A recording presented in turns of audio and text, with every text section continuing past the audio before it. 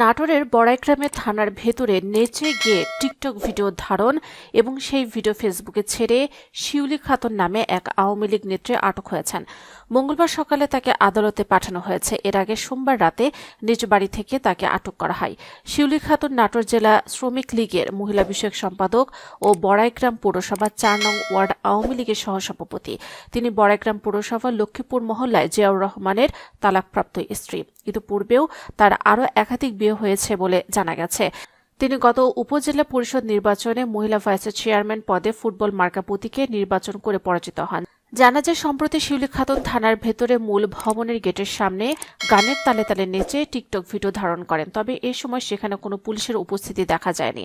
পরে সেই ভিডিও তিনি নিজের ফেসবুক আইডিতে প্রচার করেন এবং তা মুহূর্তে ভাইরাল হয়ে যায়। থানার সামনে এমন ভিডিও ধারণ করে সোশ্যাল মিডিয়ায় ছড়িয়ে দেওয়ায় বিভিন্ন পর্যায়ের লোকজনের মাঝে ক্ষোভ ও নিন্দার ঝড় ওঠে। অসংখ্য মানুষ ভিডিওটি ফেসবুকে শেয়ার দিয়ে ক্ষোভ প্রকাশ সহ তাকে গ্রেফতারের দাবি জানান। এ বিষয়ে আটকের আগে আওয়ামী লীগ নেত্রী শিউলি খাতুন জানান, টিকটক করা আমার নেশা, সে কারণে ভিডিওটি ধারণ করেছিলাম। তবে এখন বুঝতে পারছি থানার সামনে কাজটা করা ঠিক হয়নি।